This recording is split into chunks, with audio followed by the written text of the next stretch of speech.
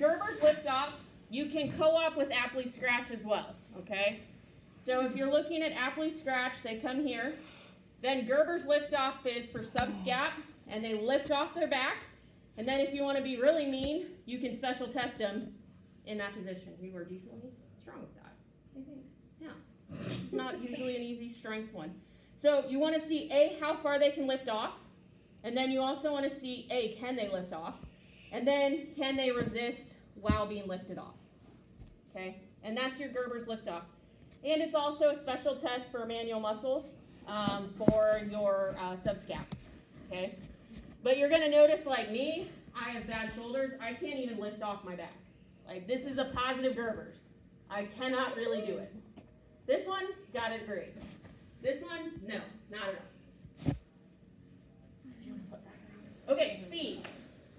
Speeds test is one that can really be easily thrown in with manual muscle tests, okay? So all speeds is you have your hand out, 90-90 palm up, and hold. There you go, that's speeds. What you're looking for is biceps, long head of the biceps, and you're looking for if it has tendonitis in your long head of your bicep that causes impingement. Okay? So we remember long head of bicep comes in, and where does long head of the bicep hook into? Labrum, on the anterior side. So anterior superior aspect of the labrum, and so that's where you get your slap lesion. So this test will be for tendonitis, but if you have a slap test or a slap tear, you're also going to have a false positive. Does that make sense? So it will not be for tendonitis. So a lot of these tests will be false positives, which makes their testing reliability kind of crappy because the shoulder is so complex. And speeds is usually one of them.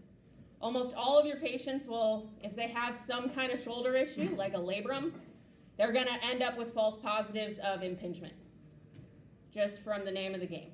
Okay? So that's speeds. Your next one is Jurgensen's. Jurgensen's, make a fist, is pretty easy, but it gets hard. So how I like to do Jurgensen's is I like to tell the athlete exactly what position I want them to do before they go through the test. So I usually say, so I'm going to resist you and I want you to come up like this. Okay? So you want them to have their hand supinate and then they need to come out. Because what you're trying to do is you're trying to get that bicep again. And what you're really looking for is if they have that bicipital groove and that tendon is moving and roping around on that, why can't I think of that thing where they run through? Tubercular groove? Intertubercular groove. That's the word I was trying to find. Intertubercular groove. So you're trying to see if it pops and moves abnormally in that area or you get pain. So if you need to stabilize that elbow, you can, but I like to have them go, okay, we're going to do this motion. I like to put a finger, not adding pressure, just a finger right there on the biceps long head and go, okay, resist. Good. And then I want to feel. Go. Good. No issues. Okay? The other next one that is also a weird name that I can't say right now. Ludington's? Yeah, Ludington's. The L name. It's kind of a dumb test. I never really use it. Crisscross your hand, or interlock your fingers. Put them on your head. Yep, and then contract your biceps. Good job. And then you feel. That's it. That's the test. It's kind of a dumb test. The only time you're really going to notice is if they have a bicipital rupture. It's supposed to be for bicipital tendonitis, but I've never really had great success with it. I like speeds better. But if they do have a rupture or a tear or some kind of abnormality in the biceps, that's when you're going to see it more. Okay? So, the last one before we break out, we'll do two more before we break out and practice these. We're going to jump down. We're going to do NIRS. NIRS is also an impingement test. you want to have the hand rotated palm out, and you just bring it all the way up, and you look for impingement into the shoulder. Okay, again, as you internally rotate the humerus, you're going to close that space, and then as you move it up, you're really closing that space, so you're looking for that impingement factor. Is that still the long head? It's going to be long head, but it could be subacromial bursa. It could be any number of things under that subacromial space for impingement. Yeah. Could be long head of the bicep. It will also be false positive for a labral tear. Basically, NIRS will be your most common positive test. So that's your NIRS. And then the last one we want to do is painful arc for SLAC. So basically all you do is you just have them in this position, and then you want to have them do a bicep contraction and bring it up. Yep, just bring your hand up this way. Oh, go. And you're just looking for pain and issues. Because you're doing the bicep, you're in a cocked position for pictures, and you're just looking for irritation as that bicep pulls away from the labrum. Okay?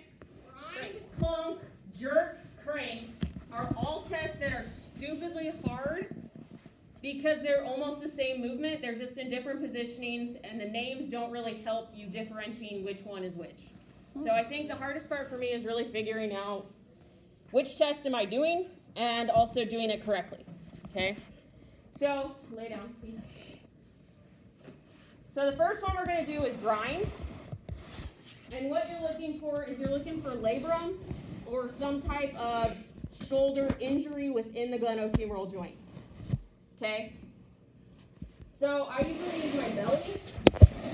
If you're not comfortable with belly, that's fine. I use belly, and then I grab the humerus on both sides. I load it into the joint, and then you have to move it in a circle in the joint. So you're making this lovely circle as it's loaded into the joint. Super fun, awesome test. Kind of hard to do because what's going to happen is they're going to want to wander away. So that's why I found loading it on my belly and holding it with both hands helps, especially in larger bodies. Okay? Then your next one is your clunk test. And clunk test is the same concept, only now you're further up and you're more in like a abducted shoulder position. So again, you're going to load, hold with both hands, and then give her a nice little circular grind. Okay? Fun, right? Mm-hmm. And then sit up. So then we're going to do the jerk test. So the jerk test, I like it seated, but you can also do it laying. You basically bring it out to 90-90. I like to put a hand kind of on their joint because I want to feel what it feels like. I'm going to load it a little bit, then I'm going to bring it across and feel for a clunk. Then I bring it back. Okay? And you're basically looking for whether the joint is clunking in that position. Okay? You can do it laying down as well, but I just prefer it seated. That one's jerk. That's jerk.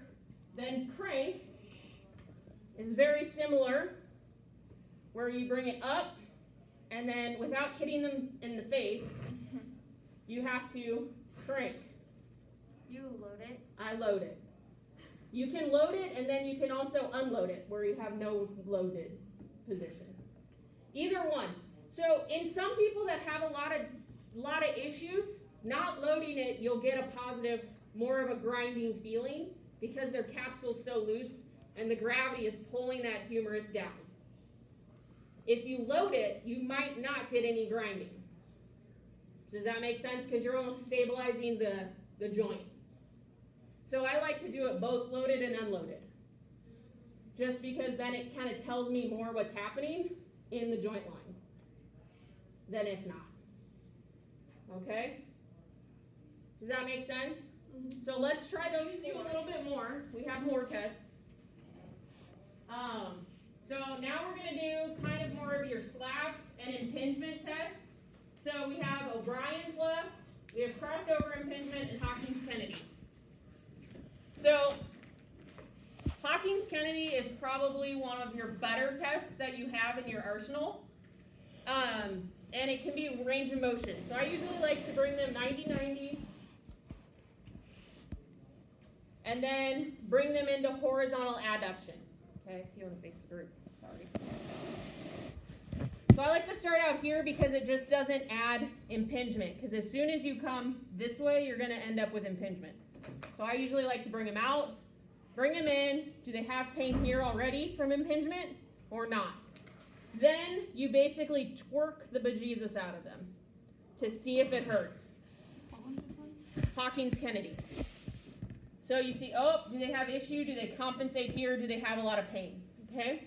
Then if you really don't want to, if you don't have an answer yet and you want to make it more pissed off, you close the joint up and you repeat. Higher up or in a different position for your Hawkins-Kennedy. Make sense? Okay? Then when you combine that, you can do crossover impingement, so they just have to hold it there. And you're looking for pain in that impinged spot.